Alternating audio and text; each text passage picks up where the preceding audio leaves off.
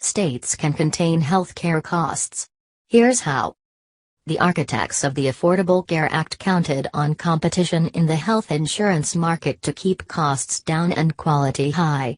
While the law has accomplished many of its coverage and cost containment goals, its vision of a more competitive insurance market seems to be fading.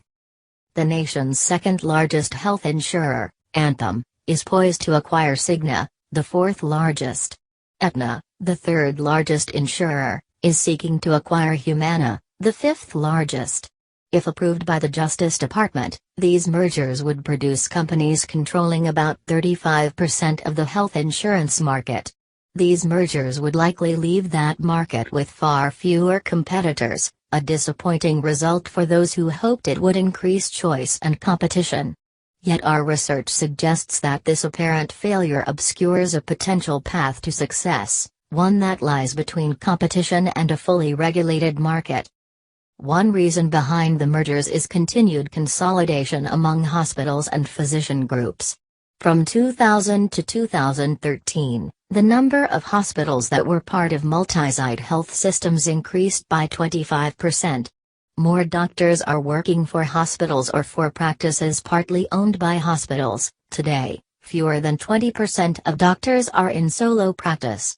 As provider organizations become larger, they gain more leverage in reimbursement rate negotiations with insurers. To re-establish the bargaining balance between providers and insurers argue that they too must also get larger. Our recently published research comparing New York and California, as well as previous analyses, suggest that there's truth to the insurer's argument. Consolidation in provider markets does raise healthcare prices. Insurer consolidation does reduce the prices paid to hospitals and physicians. Without further intervention, however, those price reductions don't get passed along to consumers. The healthcare law offers an answer. Under the Act, states have some flexibility in designing their marketplaces. States could, for instance, either accept all insurers who seek to participate or select a limited number to sell coverage. New York chose the first course, permitting all willing insurers to join. California chose the second, selecting 12 of the 32 insurers that initially showed interest. This choice was critical because covered California, the state's marketplace, used its leverage in selecting plans to keep initial premiums low. Before the marketplace opened, Covered California calculated how high premiums would need to be to cover the risks of covered populations and still generate a 2% profit for the insurers. California used these targets to select which insurers would be permitted to enter the market in the initial round. Then the state made a promise: among those bidding for the first round, only those health plans selected would be permitted to offer plans for 3 years, except under unusual circumstances. California also went further than New York in standardizing coverage.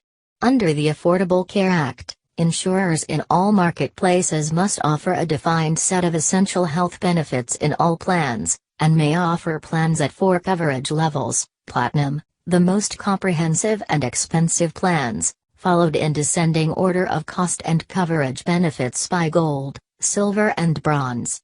California went beyond this standardization by requiring that within each coverage level, all insurers offer the same deductibles and cost sharing, and cover identical benefits. This made it easier for consumers to shop on price alone, rather than allowing insurers to obscure higher prices through complex and opaque benefit designs. New York, by contrast, permitted insurers to offer not just standard plans, but also alternative plans with different cost-sharing and benefit designs. When we examined the 2 states, we found that the effect of insurer competition differed greatly. In both states, areas with more hospitals had lower premiums compared with areas with fewer hospitals. But in New York, areas with fewer insurers had higher premiums, suggesting that insurers kept the benefits of greater bargaining power for themselves. In California, by contrast, areas with fewer insurers also had lower premiums. Why? With initial premiums set at modest but adequate levels, and a vibrant marketplace, There was no need to further threaten insurers who might consider large premium increases.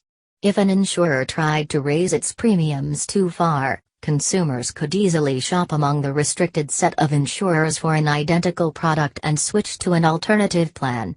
Even in areas with fewer insurers, competition was sufficient to keep cost growth down.